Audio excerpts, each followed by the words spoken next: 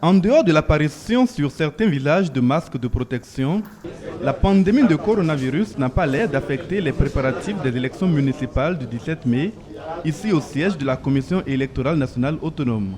C'est déjà à la veille de l'expiration du délai limite de dépôt des dossiers complémentaires et correctifs que certains partis politiques ont rendu leur copie.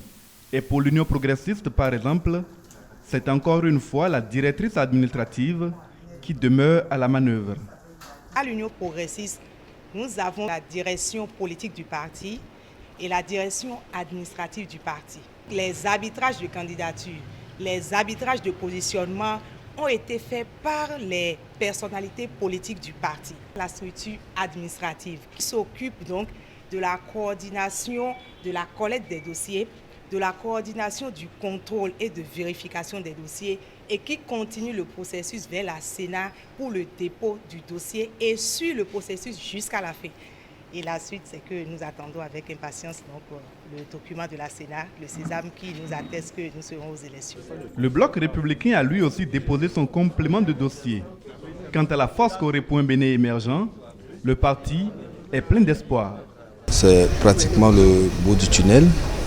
En ce qui nous concerne au niveau du parti FCBE, nous avons pu satisfaire à toutes les observations de la Sénat. Et rien ne devrait en principe maintenant empêcher la participation de notre formation politique aux prochaines élections communales. Nous avons revu tout ce qu'il faut et nous sommes venus déposer. Et je crois que toutes les observations dans les différentes catégories ont été satisfaites. Même le supposé mineur, alors que c'est un majeur qui est né en 96-24 ans, nous avons déposé son acte de naissance pour dire que nous n'avons pas de mineur sur notre liste. Plusieurs partis politiques ont comme à l'accoutumée attendu les derniers instants pour se présenter à la Sénat.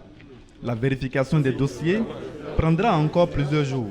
Seulement après, Emmanuel Tiando et ses collaborateurs diront lesquelles de ces formations politiques participeront aux élections si bien sûr l'évolution de la pandémie de coronavirus n'amène pas les autorités à en décider autrement.